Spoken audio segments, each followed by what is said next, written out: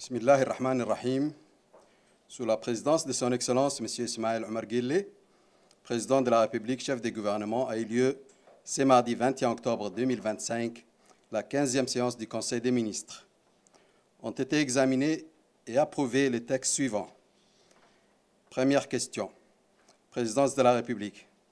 Projet de loi portant adoption des comptes financiers de l'Agence nationale des personnes handicapées pour l'exercice 2024. Les comptes financiers de l'Agence nationale des personnes handicapées pour l'exercice 2024 sont arrêtés à 574 612 587 francs de produits et de 612 204 745 francs Djibouti de charges, soit un résultat net déficitaire de 37 592 158 francs Djibouti. Deuxième question, ministère de la Ville, de l'Urbanisme et de l'Habitat.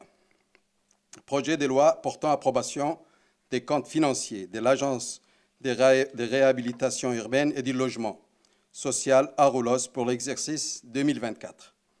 Les comptes financiers de l'Agence de réhabilitation urbaine et du logement social Aroulos pour l'exercice 2024 affichent un bénéfice net de 115 millions de francs Djibouti contre 117,1 millions de francs Djibouti en 2023, soit une légère baisse de 1,8%. Troisième question.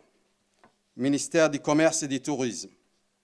Projet de loi portant approbation des comptes financiers de l'Office djiboutien de la propriété intellectuelle et commerciale ODEPIC pour l'exercice 2024. Les comptes financiers de l'Office djiboutien de la propriété industrielle et commerciale ODEPIC pour l'exercice 2024 affiche un résultat net excédentaire de 32,4 millions de francs Djibouti avec 299,5 millions de francs Djibouti de produits et 267,1 millions de francs Djibouti de charges. Ministère de l'économie et des finances chargé de l'industrie. Quatrième question. Projet de décret portant garantie de l'État accordé à la société Grand Bara Solar SAS. Le présent projet de décret portant octroi des garanties souveraines de l'État à la société Grand Bara Solar, filiale du groupe Amea Power, s'inscrit dans le cadre d'un partenariat public-privé stratégique visant la conception, la construction et l'exploitation d'une centrale solaire située à Grand Bara dans le sud du pays.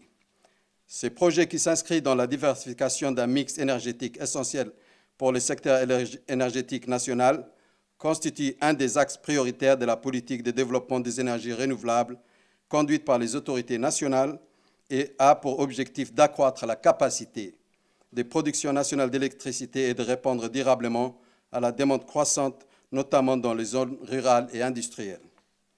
Cinquième question. Ministère de la Jeunesse et de la Culture. Projet d'arrêté portant approbation d'un modèle de bordereau de versement unique pour les archives définitives. Le projet d'arrêté a pour objet d'instaurer un modèle unique et obligatoire de bordereau de versement pour les archives définitives. Ce dispositif s'inscrit dans un cadre plus global de modernisation de l'administration et permettra d'appuyer les plans d'urgence des archives. Il garantit une traçabilité claire, une transparence totale et une fiabilité accrue dans les opérations de transfert des archives. Ministère du Travail, chargé de la formalisation et de la protection sociale. Projet décret portant nomination. Sont nommés au ministère des Affaires étrangères et de la coopération internationale Madame Zamzam Dileita Mohamed, Monsieur Haroun Ali Asso, Monsieur Mohamed Ahmed Ismail et Monsieur Orbis Elaf Orbis, conseiller technique du ministre des Affaires étrangères et de la coopération internationale. Madame Wafa Kassim Ali est nommée directrice de la communication et de la documentation et des archives. Monsieur Iltire Mohamed Qaed est nommé directeur de l'administration générale. Monsieur Hassan Omar Mohamed est nommé directeur de l'Institut des études diplomatiques. Au ministère de la Femme et de la Famille, Monsieur Abdurrahman Jama Rijal et Monsieur Mohamed Ismail Abdillahi sont nommés conseillers techniques de la femme et de la famille. Au ministère du Travail, chargé de la formalisation et de la protection sociale, M. Ahmed Saad Sultan est nommé conseiller technique du ministre du Travail chargé de la formalisation et de la protection sociale. Communication. Le Premier ministre, son Excellence M. Abdelkader Kamil Mohamed, a fait compte rendu de sa participation à la 4e édition du Forum mondial de l'alimentation et du Forum de l'investissement, main dans la main, organisé par l'Organisation des Nations Unies pour l'alimentation, déroulé du 10 au 17 octobre 2025 à Rome. Le ministre du Commerce et du Tourisme a fait un rapport de mission sur sa participation à la Journée nationale et au pavillon de la République de Djibouti dans le cadre de l'exposition universelle d'Osaka 2025, organisée au Japon du 13 avril au 13 octobre 2025 sur le thème général « Concevoir la société du futur pour nos vies ». Le ministre a également rendu compte sur sa participation à la 17e réunion du Conseil du ministre de la zone de libre-échange continentaux africains qui s'est déroulée du 15 au 16 septembre 2025 au Caire.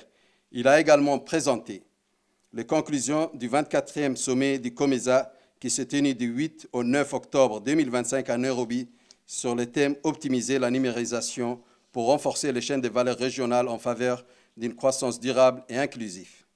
Le ministre délégué chargé de l'économie numérique et de l'innovation a fait un compte rendu sur sa participation au Forum Global Gateway 2025 qui s'est tenu du 8 au 9 octobre à Bruxelles sous le thème « Partnership in a Geopolitical Age ».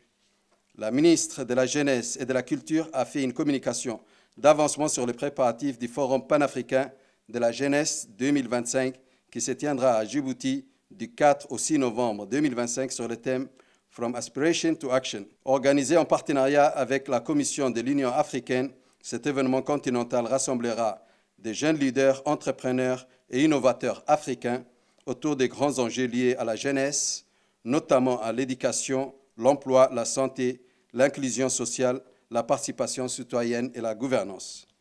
Le secrétaire général du gouvernement a fait un rapport sur le Forum africain des journaux officiels, FAJO, et sur l'exposition nationale Héritage Djibouti 2025, qui s'est tenue du 15 au 16 octobre 2025 à Djibouti sous le haut patronage de son Excellence, le président de la République, Ismaël Omar Guelleh.